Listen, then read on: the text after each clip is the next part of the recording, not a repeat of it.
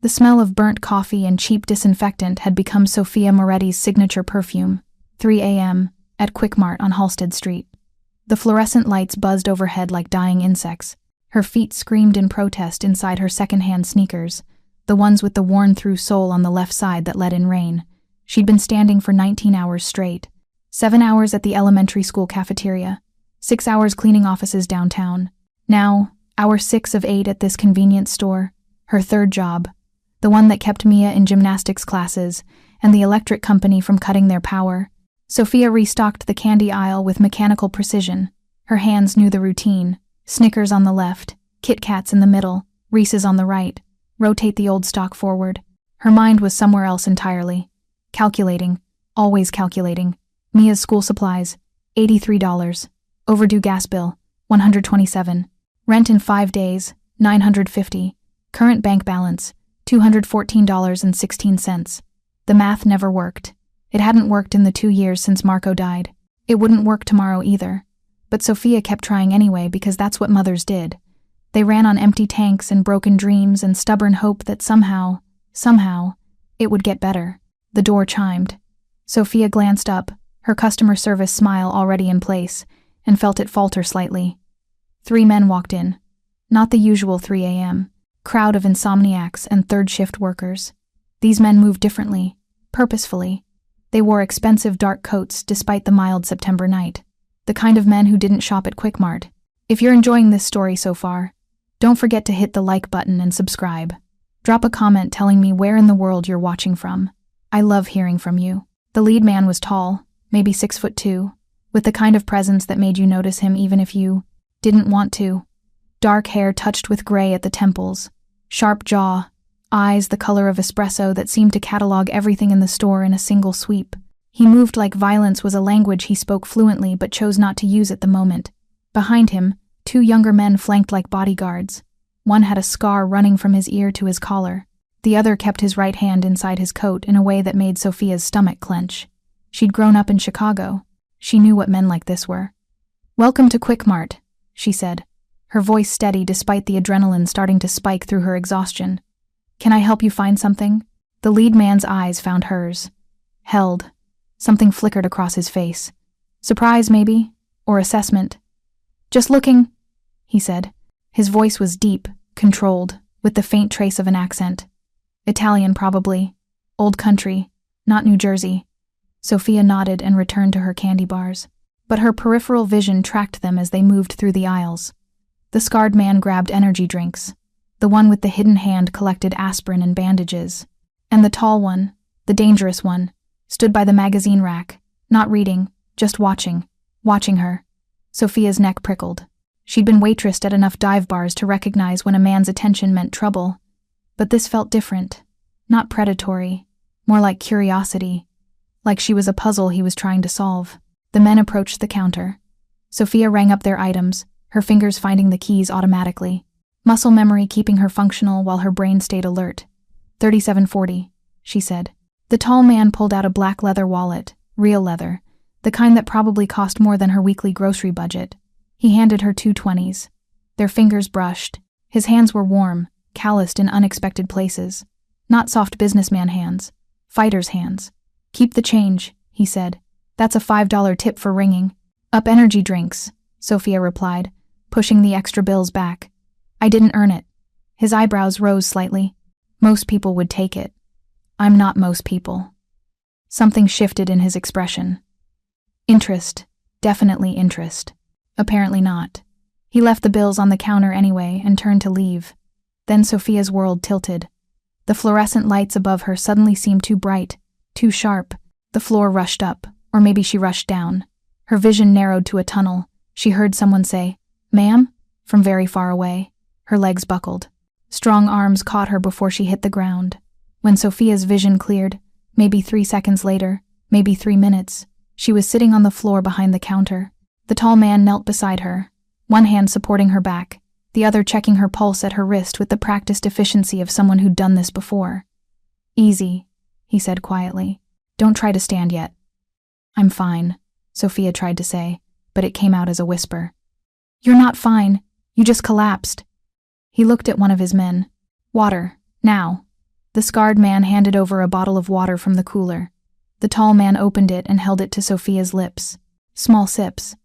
She drank, embarrassed, exhausted, and dangerously close to tears. "I'm sorry. I'm okay. I just need to—" "You need to sit," he interrupted gently but firmly. "When did you last eat?" "I had. Lunch was." Sofia couldn't remember. "Yesterday? The day before?" "I'm fine," she repeated, because admitting she'd been rationing food so Mia could have full meals felt like a failure she wasn't ready to voice. The man studied her face. His expression was unreadable. Then he stood, walked to the candy aisle, and returned with a chocolate bar and a bag of nuts. He opened both and placed them in her hands. "Eat. I can't pay for. I already paid. Eat." Sofia's pride warred with her body's desperate hunger. Her body won.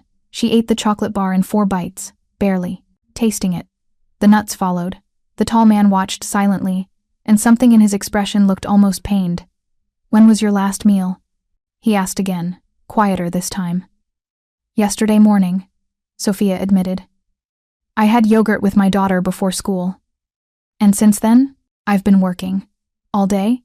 Preparing and narrating this type of story took us long efforts and hard work. So if you are enjoying the story, please consider subscribing to our channel. I have 3 jobs." She didn't know why she was telling him this. Maybe because he'd caught her when she fell. Maybe because his hands had been gentle.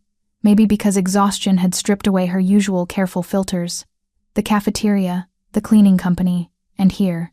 Today was 19 hours. Tomorrow will be 17. The man's jaw tightened. That's not sustainable. That's being a single mom in Chicago. Sofia managed to stand, using the counter for support. The sugar was hitting her system, sharpening her mind. Shame flooded in behind it. "Thank you for catching me. And the food. I'll pay you back." "No need. I don't take charity." "It's not charity," he said. "It's basic human decency." Sofia met his eyes. Up close, they were darker than she'd thought. Almost black. And there was something in them. Recognition, maybe. Like he saw something in her that resonated. "Well, thank you anyway, mister." "Dante," he said after a pause. "Dante Romano." The name meant nothing to Sofia, but she saw the scarred man's eyes widen slightly, saw the other guard's posture straighten, like their boss had just given away something important. "Sofia Moretti," she replied, "and I really do need to get back to work. My shift doesn't end for 2 more hours." "You just collapsed." "And now I'm standing. I'm fine, really." Dante Romano studied her for a long moment. Then he pulled out a business card, plain black with silver embossing, just a name and a phone number. "If you need anything, a real meal, a better job, anything, call." Sofia took the card automatically. "I don't need to keep it anyway." He gestured to his men, and they moved toward the door. But at the threshold, Dante turned back. "Eat something tomorrow, Sofia Moretti. Your daughter needs her mother healthy." Then he was gone, the door chiming behind him, and Sofia was alone with the buzzing fluorescent lights and the lingering warmth where his hands had caught her. She looked down at the business card in her hand. Plain, elegant, expensive cardstock. She should throw it away. Men like that didn't offer help without strings attached. She'd learned that lesson the hard way years ago. But instead, Sofia slipped the card into her pocket and returned to restocking candy bars. Her hands were steadier now. The sugar helped. The rest, she refused to think about. Outside, Dante Romano sat in the back of a black Mercedes. His driver, Carlo, waited silently as Dante stared at the Quick Mart's garish neon sign. "Boss?" Carlo finally asked. "Where to?" "The restaurant," Dante said absently. "I need to think." Marco, the scarred guard, leaned forward from the passenger seat. "That woman in there. She didn't recognize you. I noticed. Most people in this city know your name. Most people in this city run in different circles than single mothers working 3 minimum wage jobs." Dante watched through the window as Sofia moved behind the counter, visible through the store's front windows.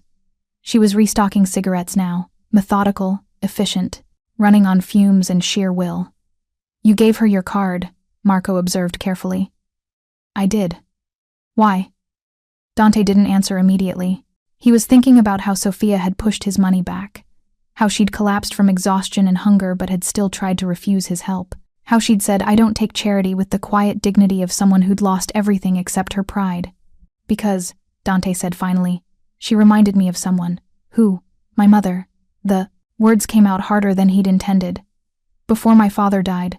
Before everything went to hell. When she worked 3 jobs trying to feed us kids and keep the lights on. He paused. Before I made sure she never had to work again. Marco and Carlo exchanged looks but said nothing. They'd worked for Dante Romano for 8 years. They knew when to push and when to stay silent. The Mercedes pulled away from the curb, heading north toward Dante's restaurant, the legitimate front for his very illegitimate business operations. But Dante's mind wasn't on the shipment arriving at the docks tonight or the meeting with the Salvatores tomorrow. His mind was on a woman with exhausted eyes and stubborn pride, a woman who'd collapsed from hunger but had still refused his money. A woman who was drowning quietly while the city moved on around her.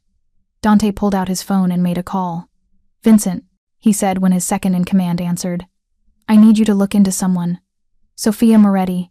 Works at the Quick Mart on Halsted. Has a daughter. 3 jobs. I want to know everything by morning. Boss, is there a problem?" "No problem." Dante watched the city slide past his window. "Just curiosity." He ended the call and leaned back against the leather seat. His fingers drummed against his thigh, a nervous habit from childhood that only surfaced when something had gotten under his skin. Sofia Moretti had gotten under his skin.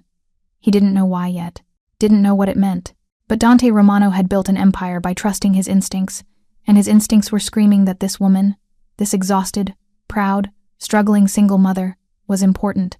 He just had to figure out why. The morning sun cut through Sofia's kitchen window like an interrogation light. She'd managed 3 hours of sleep between getting home from Quick Mart at 5 a.m. and needing to wake Mia at 7.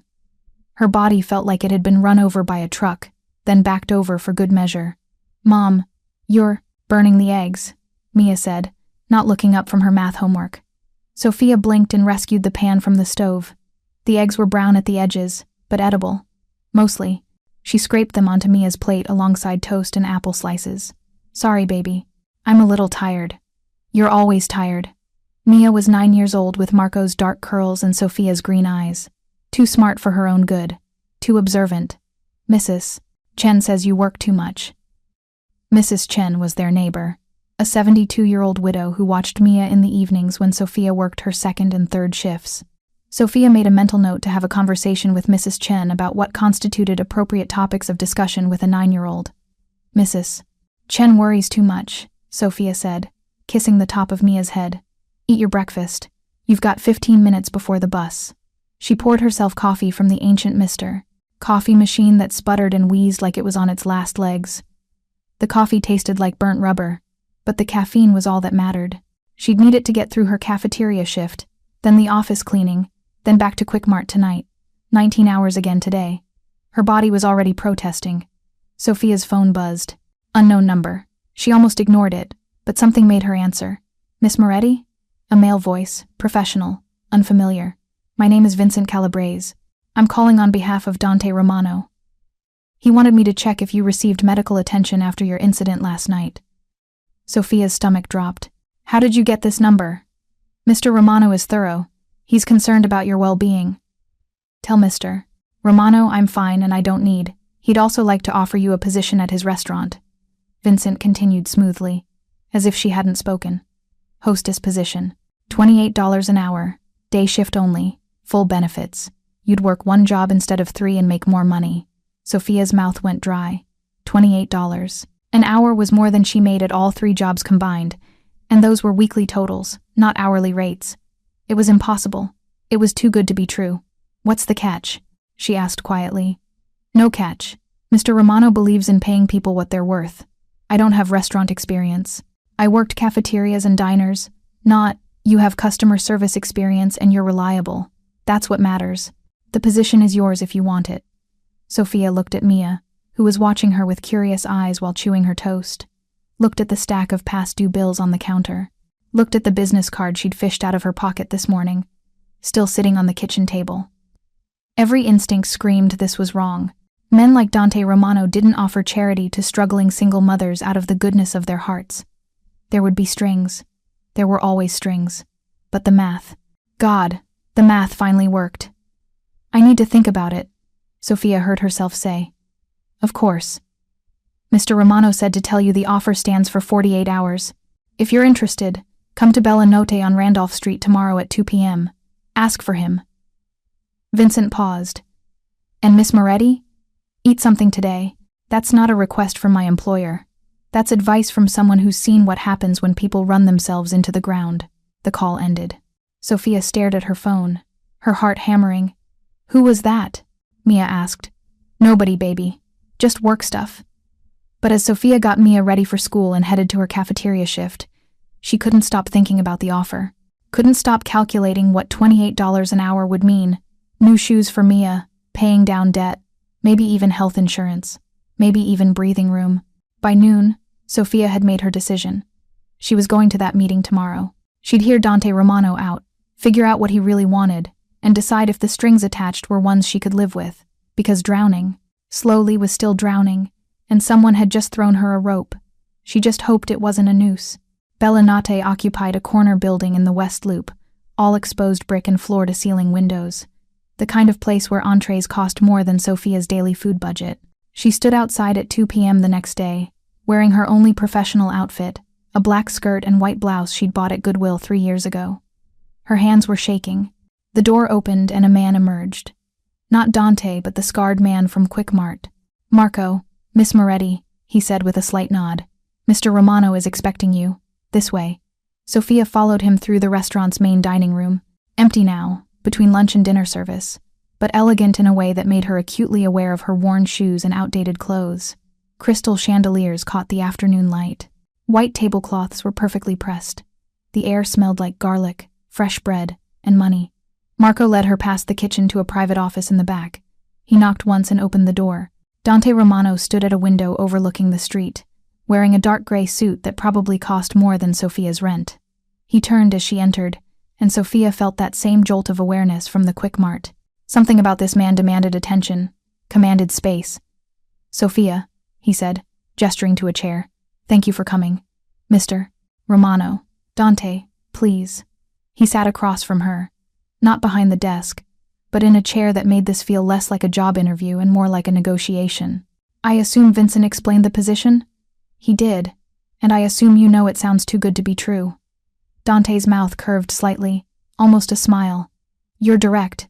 I appreciate that. I've learned that beating around the bush just wastes everyone's time." Sofia met his eyes. "So let me be direct now. What do you really want from me?" "I want you to work as a hostess in my restaurant. For $28 an hour, more than I make working 90 hours a week at 3 jobs. Why? Because you collapsed from hunger and exhaustion in front of me," Dante said quietly. "Because you have a daughter who needs her mother healthy. Because you pushed my money back when most people would have taken it. Because you work yourself to death and still can't make ends meet, and that's not laziness, that's a broken system." Sofia's throat tightened. "That sounds like pity. That's reality. And pity would be handing you money and sending you away. I'm offering you a job, one where you'll work hard, but not kill yourself. One that pays a living wage. And in exchange, you show up on time, you treat customers well, and you don't steal from me." Dante leaned forward slightly. "That's it. No strings, no expectations beyond doing the job." Sofia wanted to believe him. God, she wanted to believe him. But she'd been burned before by men offering help that turned into control, by promises that became cages. "I need to ask you something," she said carefully, "and I need an honest answer." "Ask. Are you involved in anything illegal?" Dante's expression didn't change, but something flickered behind his eyes. Respect, maybe, or recognition that she was smarter than he'd anticipated. "Yes," he said simply. Sofia's stomach clenched. "What kind of illegal?" "The kind where I import things that don't always have proper paperwork, where I ensure certain businesses in this city pay for protection, where I settle disputes that the police can't or won't handle." He held her gaze. "I'm not going to lie to you, Sofia. My restaurant is legitimate. My other business interests are not. So I'm what people call a made man. Connected. Part of an organization that's been in Chicago for 70 years. Dante's voice was matter-of-fact. "That's who I am. That's the truth. Now you decide if you can work for someone like me."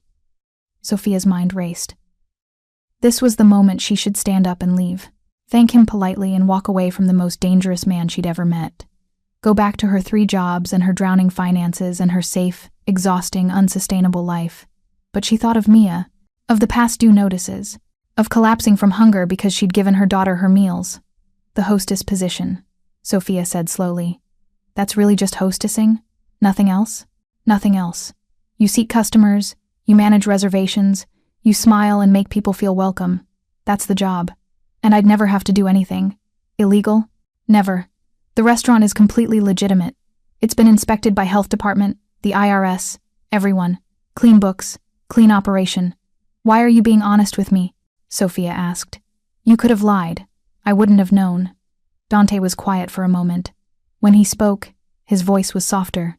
Because you deserve honesty, and because if you're going to work for me, I want you to do it with open eyes. I won't build trust on deception. Sofia looked at him. Really looked at him. Dangerous. Yes. A criminal. Absolutely. But in this moment, talking about truth and trust, he seemed almost honorable, in his own twisted way. I need to think about it, she said. Take your time. The offer stands until… I don't need that much time.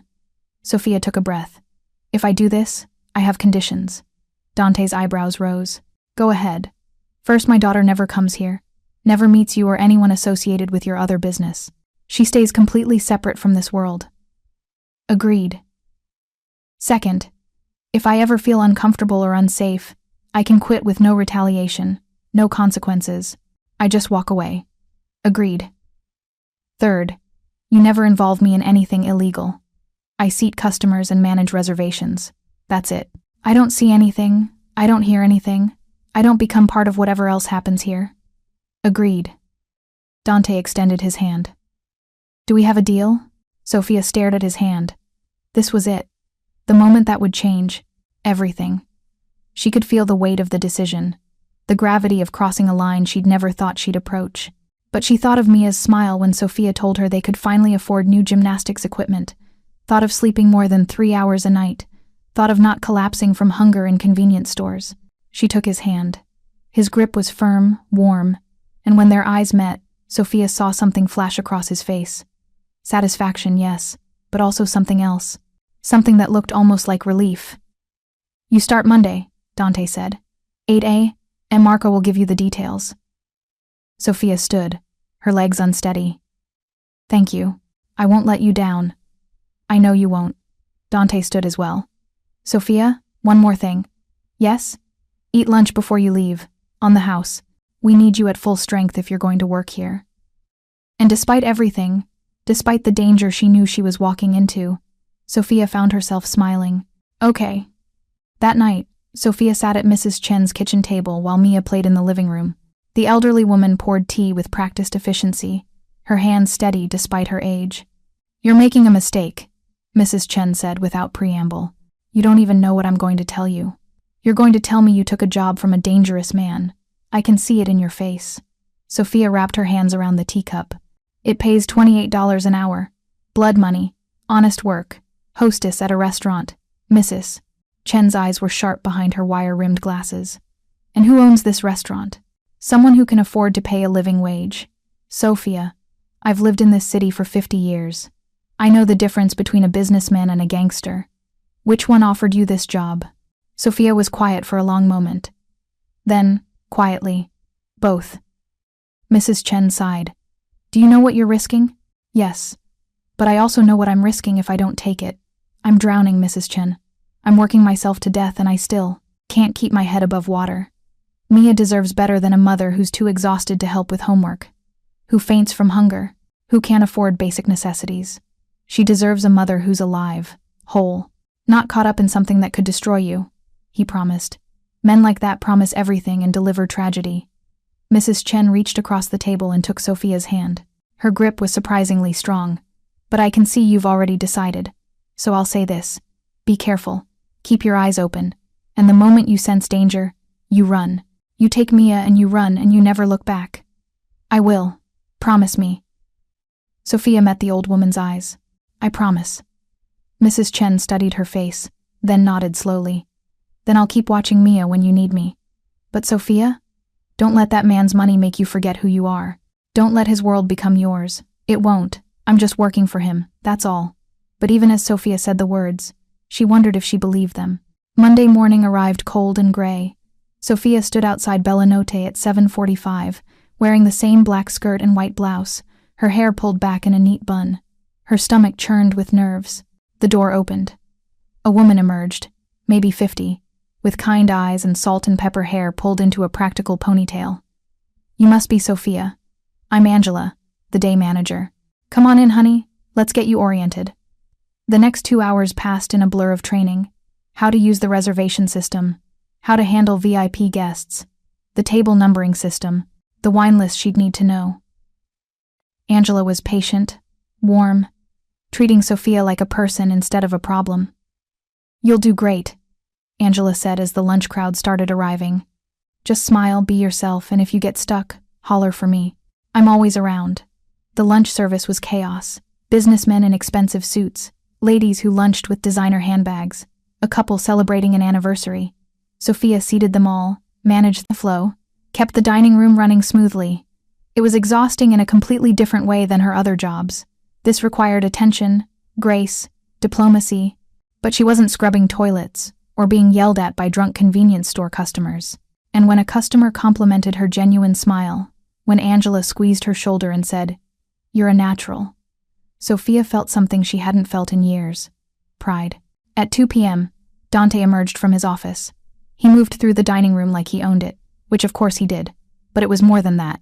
He commanded the space. Customers nodded respectfully, staff straightened, the air itself seemed to shift. He stopped at the hostess stand. "How's your first day?"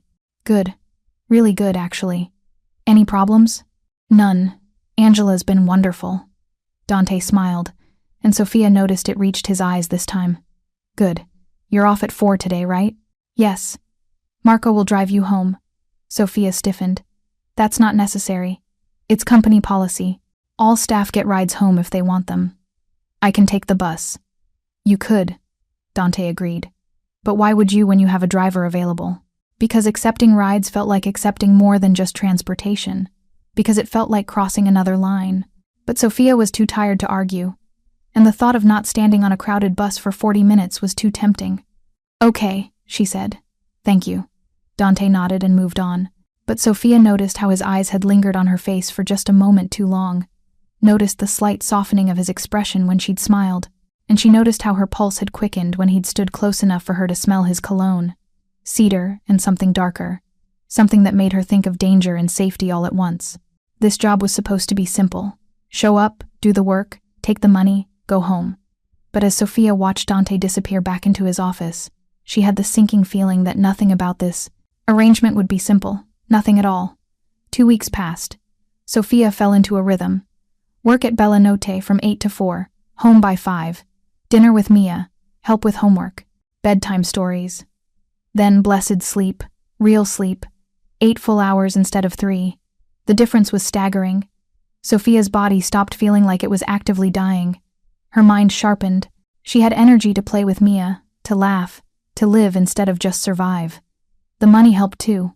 Sofia paid off her most pressing debts, bought Mia new shoes, good ones, restocked the refrigerator with actual food instead of ramen and canned soup.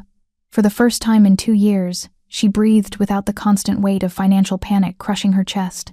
But she also noticed things, like how Dante always seemed to appear during her shifts, making excuses to check on the dining room when she knew he had better things to do, how his eyes would find her across the restaurant, watching to make sure she was okay, like how certain customers never paid their bills, how men in expensive suits would hand Marco envelopes under the table, how sometimes Angela would tell her to take a break when specific meetings were happening in the private dining room. Sofia kept her head down, minded her business, did her job and nothing more, until the day everything changed. It was a Thursday afternoon, the lunch rush dying down. Sofia was updating the reservation book when the front door crashed open. 3 men stormed in, young, aggressive, wearing leather jackets with a snake emblem. Sofia's stomach dropped. She recognized gang colors when she saw them. "Where's Romano?" the lead man barked. He was maybe 25, with a shaved head and a gun poorly concealed under his jacket. Angela appeared from the kitchen.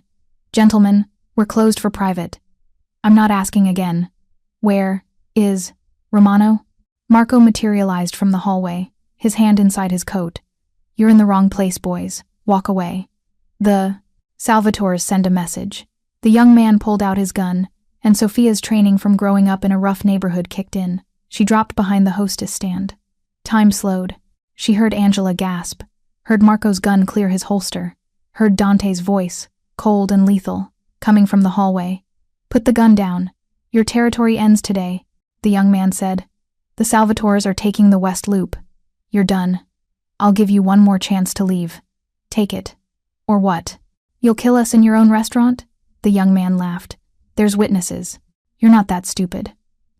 "You'd be surprised what I'm capable of." Sofia peered around the edge of the hostess stand. Dante had emerged fully, flanked by Marco and two other men she recognized as regulars who clearly weren't just customers. He was completely calm, hands visible, no weapon drawn, but he looked more dangerous now than he had with a gun. "Tell Salvatore this," Dante said quietly. "The West Loop is mine, has been for 15 years, will be for 15 more. If he wants to dispute that, he knows where to find me. But sending children with guns to terrorize my legitimate business, that's beneath him. We're not children. You're idiots. There's a difference." Dante took a step forward, and the young man's gun hand trembled slightly. "And you're going to leave now, before I lose my patience. If you're hooked on this story, make sure to subscribe and turn on notifications so you never miss an upload. Your support means everything, and helps me bring you more emotional stories like this one." The standoff lasted 5 eternal seconds. Then the young man lowered his gun. "This isn't over." "It never is," Dante agreed. "But it's over for today. Get out." The 3 men backed toward the door, all bravado and empty threats. The moment they were gone, Dante turned. His eyes found Sofia, still crouched behind the hostess stand. "Are you hurt?" he called. Sofia stood on shaking legs. "No, I'm okay." Dante crossed the dining room in long strides. He reached her in seconds, his hands gentle on her shoulders, his eyes scanning her face for injuries. "You're sure? You're not hurt?" "I'm fine, really." But her voice betrayed her, shaking with aftershock adrenaline. "Marco, secure the perimeter. Check for any more of Salvatore's people. Angela, close the restaurant for the rest of the day. Send staff home with full pay." Dante's hands were still on Sofia's shoulders. "Sofia, come with me. That's not a request." He guided her to his office, his hand at the small of her back. Inside, he poured her a glass of water from a crystal decanter and handed it to her. Sofia drank, her hands trembling. "I'm sorry," Dante said quietly. Sofia looked up at him. "For what?" "For putting you in danger. That should never have happened here. This restaurant is supposed to be neutral ground. But it's not, is it?" Sofia set down the glass. "It's your territory, your business. And that makes it a target. Yes, you told me I'd be safe. You are safe. They would never have hurt you. They had guns, Dante. Preparing and narrating this type of story took us long efforts and hard work. So if you are enjoying the story, please consider subscribing to our channel." And I had more. His voice was steel. They were making a show. Salvatore knows better than to actually start a war. This was posturing. "Nothing more." Sofia laughed, but it came out bitter. "Nothing more. Do you hear yourself? I just watched men with guns storm in here. That's not nothing. That's..." She stopped, taking a breath. "That's your world, and I walked into it with open eyes. I know." Dante studied her face. "You want to quit."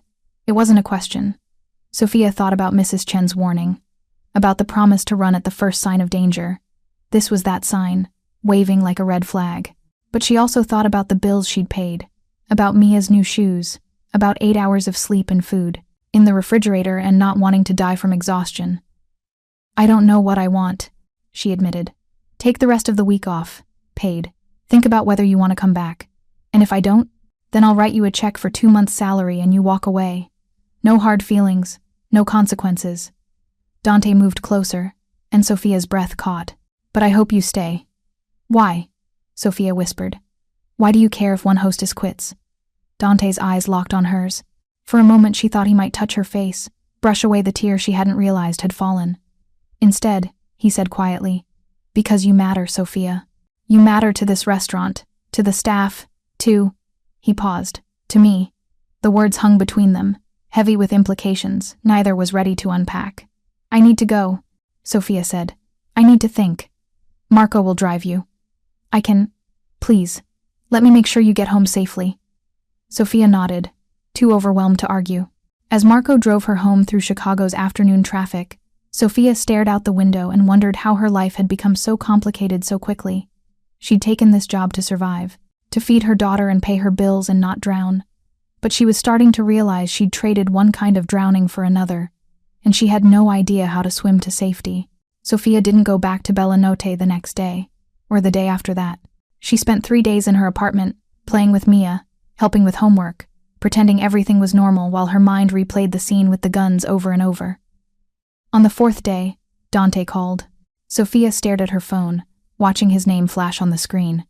She should ignore it, should probably change her number, should definitely start looking for another job, something safe and boring and far away from men who talked about territory and made wars sound like business negotiations.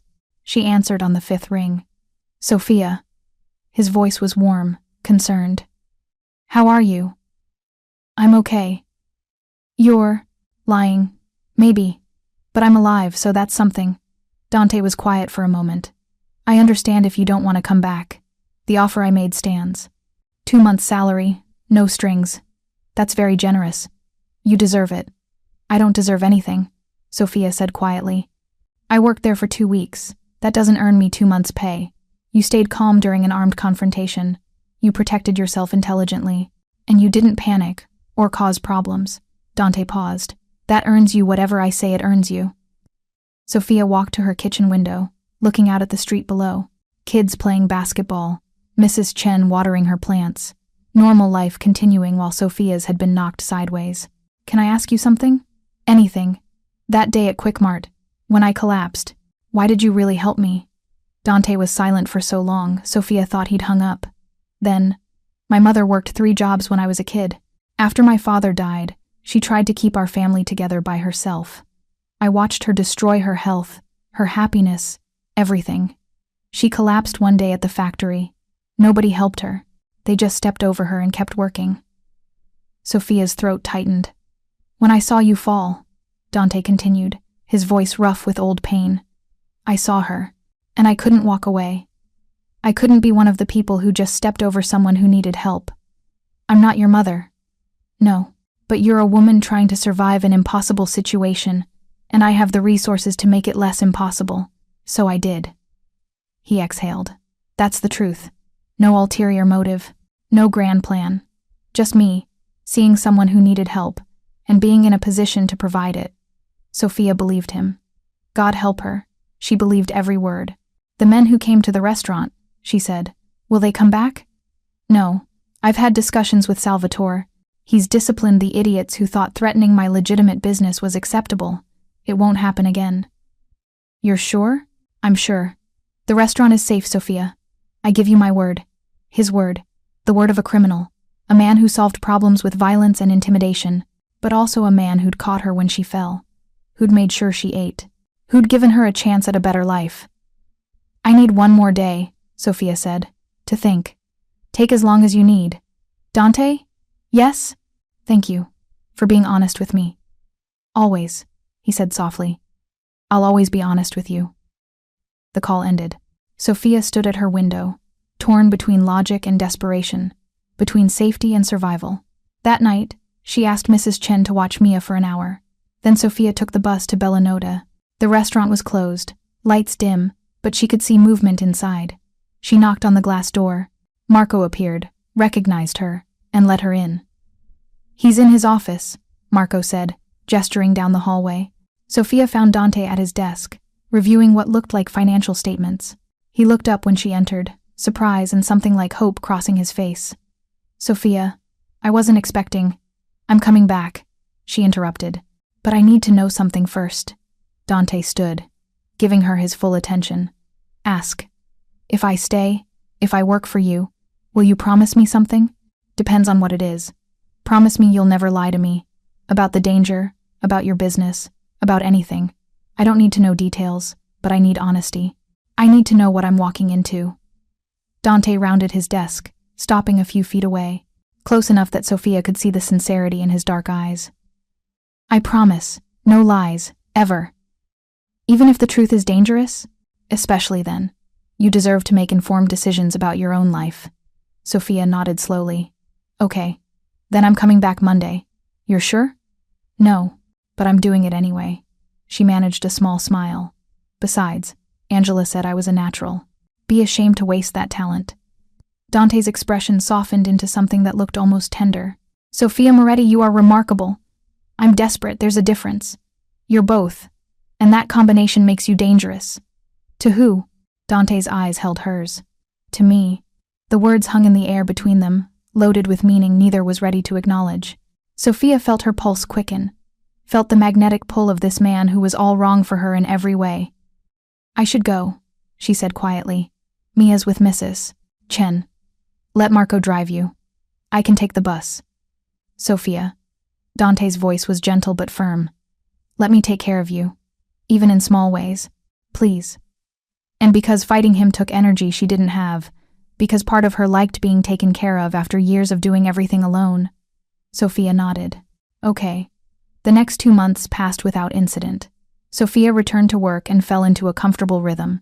The lunch crowds, the dinner rushes, Angela's motherly guidance. She even started recognizing the regulars, the businessmen who always ordered the same thing, the couple who came every Friday for date night. Dante was always there, a constant presence. He never pushed, never crossed lines, but Sofia felt his attention like a physical weight, the way his eyes would find her across the dining room, the way he'd check in, asking if she needed anything, the way he'd make sure Marco drove her home every night, even though she insisted she could take the bus. He's got it bad, Angela said one afternoon as they prepared for the dinner shift. Sofia looked up from the reservation book. What? Dante, he's got it bad for you. Angela smiled knowingly. I've worked for him for 8 years.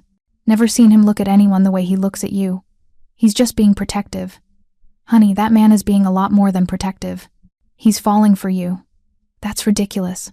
I work for him, that's all. Keep telling yourself that. Angela patted her shoulder. But when you're ready to admit the truth, remember I called it first.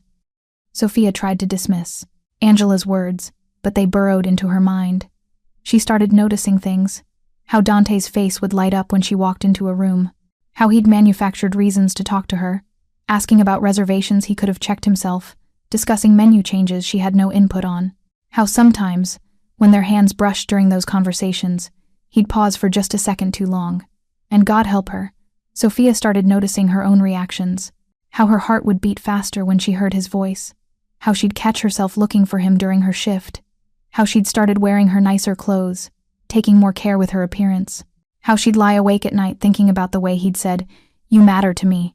This was dangerous. This was stupid. This was exactly what she'd promised herself she wouldn't do. But her heart apparently hadn't gotten that memo. Everything changed on a Wednesday in November. Sofia was closing out the reservation system when Dante emerged from his office looking tense. Marco was with him, speaking in low, urgent tones. She heard fragments. Shipment compromised. Salvatore made a move. Need to handle this tonight. Dante's eyes found Sofia. For a moment, his mask slipped, and she saw something that looked like fear. Not for himself. For her. Marco, take Sofia home now, he ordered. I'm not done with. Now, Sofia, please. The urgency in his voice made her move. She grabbed her coat, let Marco usher her to the car. They'd barely pulled away from the curb when her phone rang. Unknown number. Hello? Sofia Moretti? A man's voice. Unfamiliar. Cold. Who is this? Someone who knows you work for Dante Romano. Someone who knows you have a daughter named Mia who goes to Jefferson Elementary. Someone who knows she walks home from school every day at 3:15. Sofia's blood turned to ice. If you touch my daughter, then you'll do exactly what I tell you. Dante Romano has something that belongs to my employer. You're going to convince him to return it. You have 24 hours. I don't know anything about figure it out, or Mia has an accident on her walk home tomorrow. The call ended. Sofia couldn't breathe, couldn't think. The world had narrowed to a single thought. Mia. They'd threatened Mia. Marco, turn around, she gasped. Now, Miss Moretti, Mr. Romano said. I don't care what he said. Someone just threatened my daughter. Turn around. Marco's expression darkened. He executed a sharp U-turn, already pulling out his phone. Boss, we have a problem. 5 minutes later, Sofia burst back into Bella Notte. Dante was on his phone, barking orders, but he looked up when she stormed in. He read her expression in an instant. What happened? Sofia's voice shook with barely controlled terror. Someone called me. They know about Mia. They know her school, her schedule, everything. They said if you don't return something that belongs to their employer, she'll have an accident tomorrow. Dante's face went pale, then darkened with a fury Sofia had never seen. Marco, get Vincent and the team. Now. Full protection detail on the daughter. He grabbed Sofia's shoulders. What exactly did they say? Sofia repeated the conversation, word for word. With each sentence, Dante's expression grew more murderous. Salvatore, he spat. That coward is using you to get to me. I don't care about your war. I care about my daughter. And I will protect her. Dante's voice was absolute steel. I swear to God, Sofia, nothing will happen to Mia. But I need you to trust me. Can you do that? Sofia stared at him. This dangerous man. This criminal who'd somehow become important to her. This person who was asking her to trust him with the most precious thing in her life. I don't have a choice, she whispered. Yes, you do. You could go to the police. And tell them what? That my mob boss employer is having a territory dispute? They'd laugh me out of the station. Sofia's voice cracked. You're all I have, Dante. Something shifted in his eyes. Determination, yes, but also something deeper. Something that looked like devotion. Then I won't let you down. He turned to Marco. I want 3 men on the daughter, 24/7 protection. 2 more on Sofia, and find out everyone Salvatore has in this city. I want locations, habits, weaknesses. We end this tonight. Boss, if we move against him. He threatened a child, Marco, a 9-year-old girl. There are rules, even in our world, and he just broke the most important one. Dante's voice dropped to something barely human. So yes, we move against him, with everything we have. The next hour was chaos. Men arriving, weapons being distributed, plans being made in rapid Italian. Sofia sat in Dante's office, numb with terror, while he orchestrated what was essentially preparing for war. He kept checking on her, bringing her water, explaining what was happening, even though she'd asked him not to tell her details. But she appreciated his honesty. It was the only thing keeping her from completely falling apart. Mia is safe, he said, kneeling in front of her chair. Vincent picked her up from Mrs. Chen's. She thinks she's having a sleepover with Vincent's daughter. She's scared but okay. I want to see her. Tomorrow. Tonight, she's in a safe house with armed protection. The moment this is resolved, I'll take you to her myself. What if it's not resolved? What if? Dante took her hands. His were warm, calloused, steady. Listen to me. I have spent 15 years building power in this city. I have resources, men, connections that Salvatore can't match. He made a mistake threatening you, because now this isn't business. This is personal. I don't want you to get hurt. The words escaped before Sofia could stop them. Dante's eyes widened slightly. Sofia, I mean it. I know what you are, what you do, but I don't want you hurt. So please, be careful.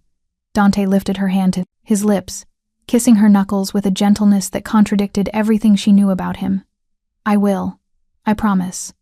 Then he was gone, heading out with Marco and a team of armed men, and Sofia was alone with her terror and her prayers, and the horrible realization that she cared deeply about a man she shouldn't care about at all. The waiting was agony. Angela arrived, summoned by Dante, and sat with Sofia through the long night. They didn't talk much. Angela made tea. Sofia pretended to drink it. The clock ticked forward with excruciating slowness. At 3 a.m., Dante returned. Sofia shot to her feet the moment she heard the door. He was covered in blood, though Angela quickly assured her it wasn't his. His suit was ruined, his knuckles were split, but he was alive, and the look on his face was grim satisfaction. It's done, he said. Salvatore will never threaten you again. What did you do? What I had to. And no, I'm not telling you details. But know this. You and Mia are safe. Completely safe. I've made sure of it. Relief crashed through Sofia so powerfully her knees buckled. Dante caught her, just like he'd caught her that first night at Quickmart. He pulled her close, and Sofia let herself lean into him, let herself take comfort in his solid presence. Mia, she whispered against his chest. Waiting for you at the safe house. Marco will take you there now. Sofia pulled back to look at his face. Blood spattered his cheek. His eyes were haunted by whatever he'd done tonight. But beneath it all, she saw the man who'd kept his promise, who'd protected her daughter when he didn't have to. "Thank you," she said quietly. "You don't thank me for this. Protecting you is not a favor.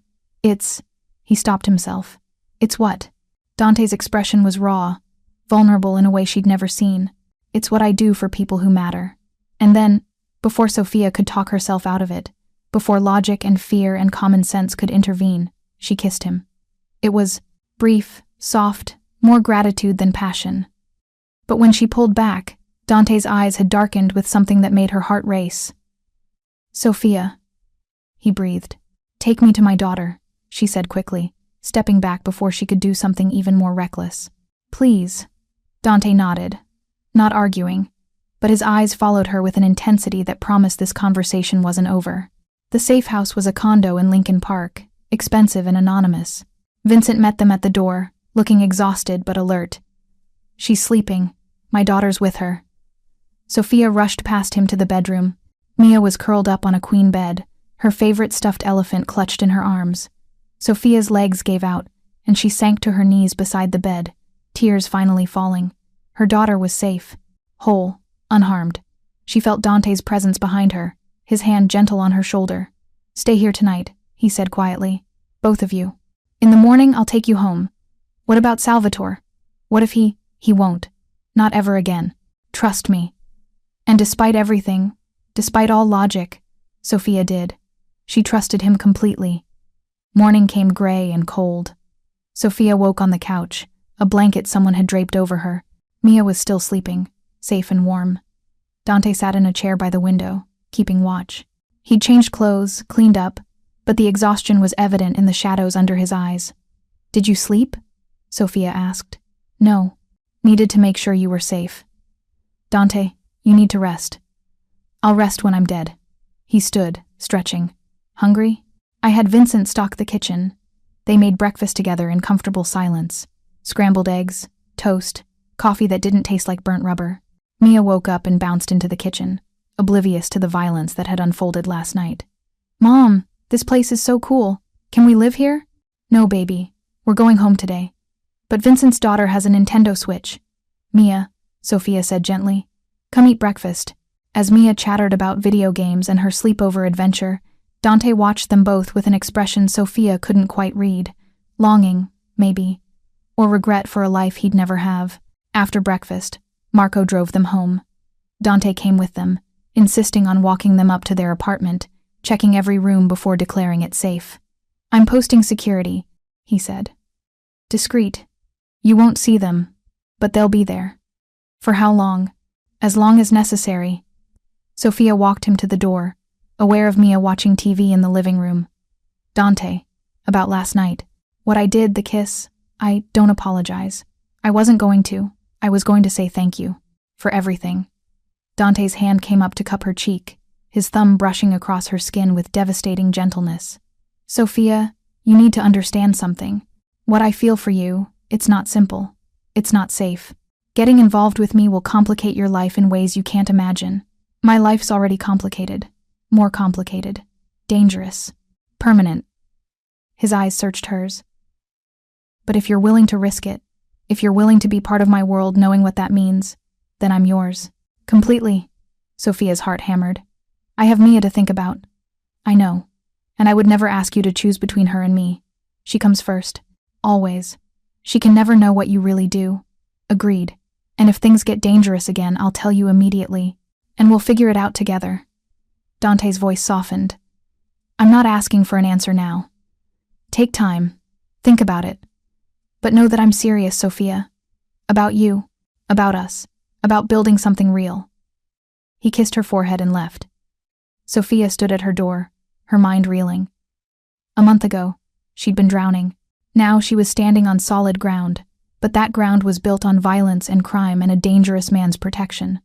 The smart choice was to walk away, take Dante's money, find another job, disappear into the anonymity of the city.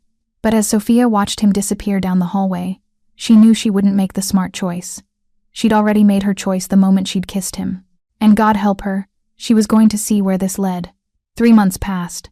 Winter claimed Chicago with brutal efficiency, covering the city in snow and ice.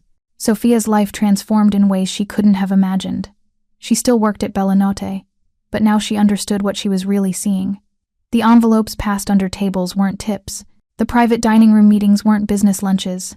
The men who came and went with deference to Dante weren't just loyal customers. She saw it all with clear eyes, and she stayed anyway. Dante courted her slowly, carefully, like she was something precious that might break. Coffee in the mornings before her shift. Lunch breaks where they'd talk about everything except his business. Dinners after work, just the two of them in his office, eating takeout and discussing books, movies, Mia's latest achievements. He never pushed, never demanded, just made himself present, consistent, safe. And Sofia fell. Not suddenly, not all at once, but gradually, inevitably, like snow accumulating until the landscape was transformed. She fell for the way he remembered Mia's favorite color and bought her a purple winter coat, for how he'd upgraded the heat in their apartment building without telling her, just quietly fixed it so Mia wouldn't be cold, for the way his eyes softened when Sofia laughed, like her happiness was the most important thing in his world. She fell for the man beneath the monster. "You're in love with him, Mrs. Chen said one evening. It wasn't a question. Sofia didn't deny it. Yes, that's a dangerous kind of love. All love is dangerous. At least I know what I'm walking into. Mrs. Chen sighed. Has he been good to you? Yes, to me and Mia both. Then I suppose that's what matters. The old woman squeezed Sofia's hand. But promise me you'll be careful with your heart. Men like him, they can't always protect the people they love from their world. I know, but I'd rather risk loving him than live safe and alone. It was the truth. After 2 years of just surviving, of being numb to everything except exhaustion and fear, Sofia wanted to feel alive again, and Dante made her feel alive, even if that life was complicated. The shift happened on a Tuesday in January. Sofia arrived at work to find the restaurant closed. Not unusual for private events, but Angela hadn't mentioned anything on the schedule. She found Dante in his office, surrounded by Marco, Vincent, and 3 other men she didn't recognize. "Sorry," she said, starting to back out. "I didn't know you had a meeting." "Stay," Dante said. "This concerns you." Sofia's stomach clenched. "What's wrong?" "Nothing's wrong, but there's something you need to know." Dante gestured to one of the men. "This is Detective James Morrison, CPD Organized Crime Division." Sofia's blood ran cold. A cop. Dante had a cop in his office, and she was standing right here, witness to whatever was happening. Detective Morrison was maybe 50, with graying hair and tired eyes. He nodded to Sofia. "Miss Moretti, don't worry, you're not in trouble." "Then why?" "Because Dante Romano is about to do something unprecedented," Morrison said, "and he wants you to hear it directly." Sofia looked at Dante, confused. He met her eyes, and she saw determination there, and something that looked like hope. "I'm getting out," Dante said simply. "Out of what?" "All of it. The organization, the illegal operations, everything." He leaned forward, his hands clasped on his desk. "I've spent the last 3 months negotiating with the FBI, the state's attorney, and Chicago PD. I'm cooperating with their investigation into organized crime in Chicago. In exchange, I get immunity and a clean exit." Sofia couldn't process what she was hearing. "You're... what?" "I'm done, Sofia. Done with the violence, the territory disputes, the constant looking over my shoulder." His voice was steady, but his eyes were intense. "I'm done with living a life where the woman I love has to worry that every phone call might be a threat." "The woman I love." He'd said it so casually, like it was established fact rather than world-tilting revelation. "You're cooperating with the police," Sofia said slowly, trying to understand. "You're testifying against your own organization, against the people who deserve it, the ones trafficking drugs, running guns, hurting innocent people."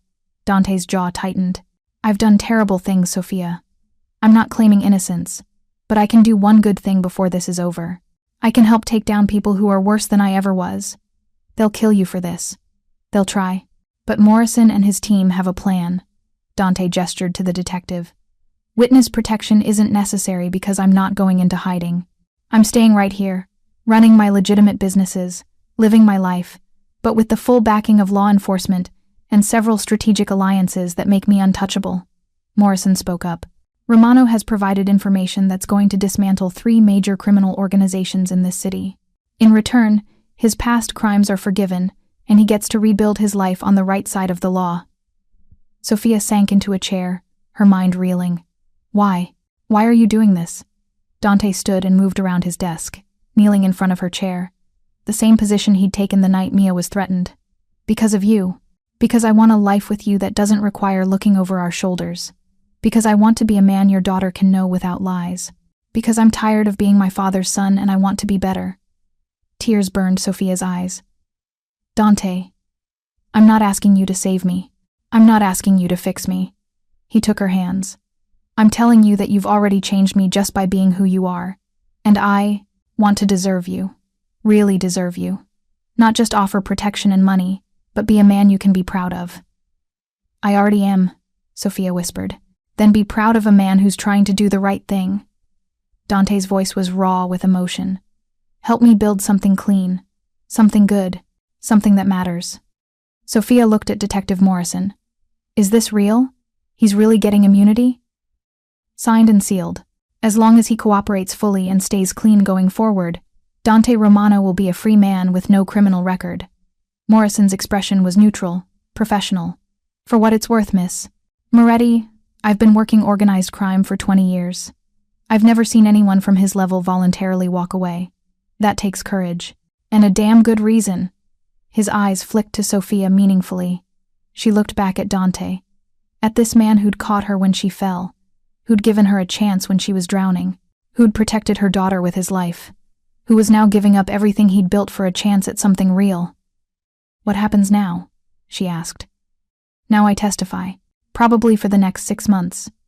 Then the trials, which could take years. But in the meantime, I run my restaurant, I expand my legitimate business holdings, and I live a normal life. Dante smiled slightly. Or as normal as life can be for a former mob boss dating a woman who's too good for him. Dating. Sofia's heart skipped. Is that what we're doing? I'd like to be. If you'll have me. Sofia pulled her hands from his and stood. Dante's face fell slightly, like he'd expected rejection. Instead, Sofia cupped his face in her hands and kissed him, not like the brief, grateful kiss from before. This was real, deep, full of promise and possibility. Dante's arms came around her waist, pulling her close, and for a moment, they forgot about the detective and the men in the room. When they finally broke apart, Sofia was breathless and Dante was smiling wider than she'd ever seen. I'll take that as a yes, he said. That's a yes. Morrison cleared his throat. Well, I'm happy for you both, but I do need Romano to sign some paperwork. The next hour was bureaucratic chaos. Forms, agreements, conditions. Sofia sat quietly, watching Dante sign away his old life and commit to building a new one. She saw the weight lifting from his shoulders with each signature, saw him transforming from Mafia boss to simply a man trying to do better. When the detective and his colleagues finally left, Sofia and Dante were alone in his office. Are you scared? She asked. Terrified, he admitted. I've been that man my whole adult life. Now I have to figure out who I am without it. You're the man who runs a successful restaurant, who treats his employees well, who makes sure single mothers don't collapse from hunger. Sofia moved into his arms. You're the man I love. Dante's breath caught. Dante's breath caught. Say that again. I love you, Dante Romano. I love you, Sofia Moretti.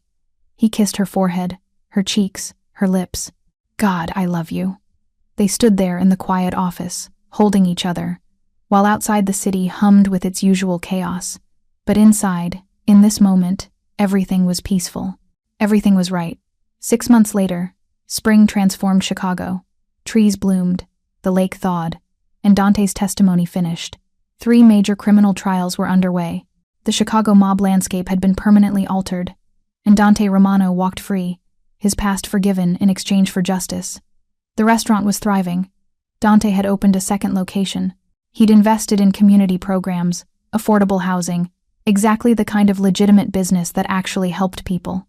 His name was slowly becoming associated with redemption rather than crime. Sofia had been promoted to general manager, overseeing both locations. She had health insurance, retirement savings, and actual financial security for the first time in her life. But more than that, she had Dante. They'd taken it slow with Mia.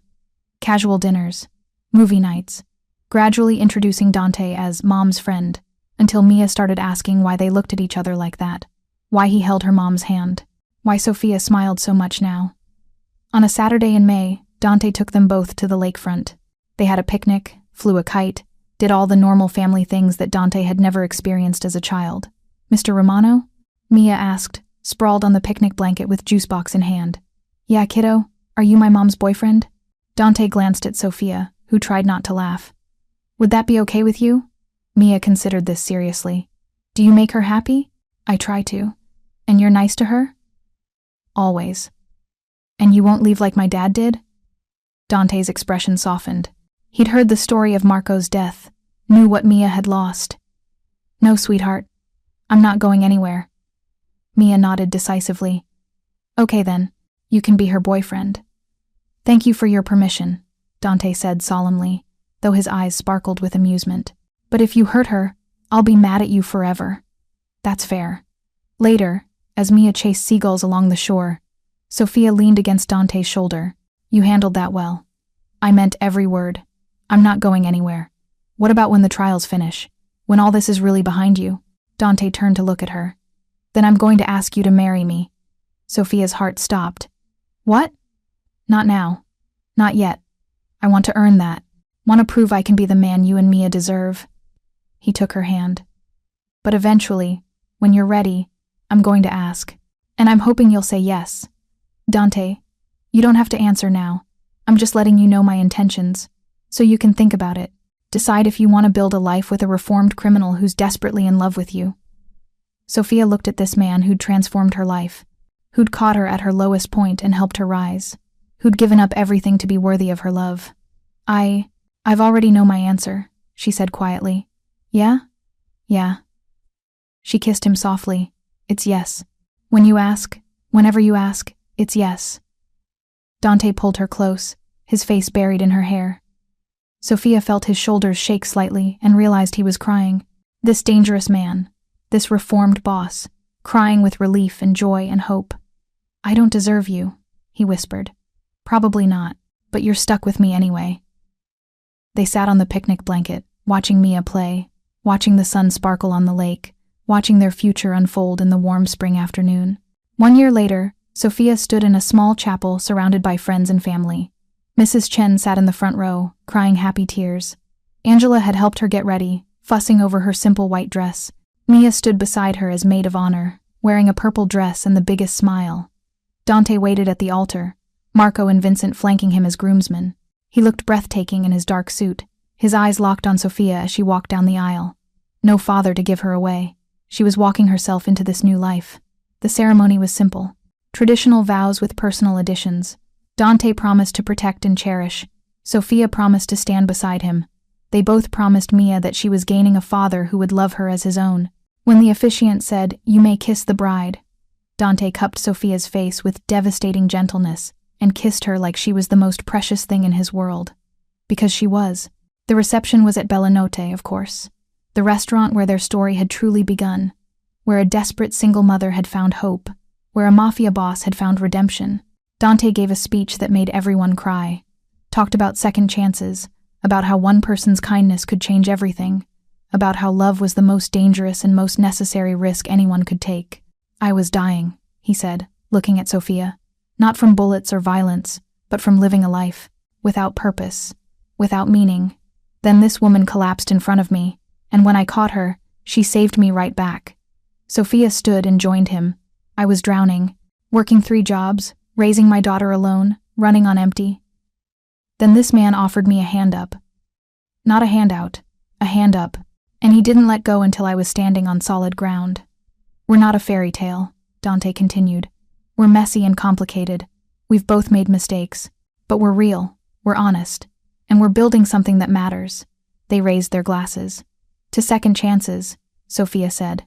"To new beginnings," Dante added. "To love," Mia piped up, making everyone laugh. They drank, they danced, they celebrated not just a wedding, but a transformation. 2 broken people who'd found each other in the darkness and helped each other into the light. 5 years later, Sofia stood in the doorway of her daughter's room, watching Mia pack for college. 14 years old now, about to start high school, beautiful and brilliant and everything Sofia had hoped she'd be. "Mom, you're doing the staring thing again," Mia said without looking up. "Sorry, just remembering when you were little." "I'm still little. I'm only 5'2". Sofia laughed. Dante appeared behind her, wrapping his arms around her waist and resting his chin on her shoulder. "She's got your sass," he murmured. "She's got your stubbornness. Perfect combination." They stood there, watching Mia fold clothes with meticulous care, and Sofia marveled at how much had changed, how far they'd all come. Dante's businesses were completely legitimate now.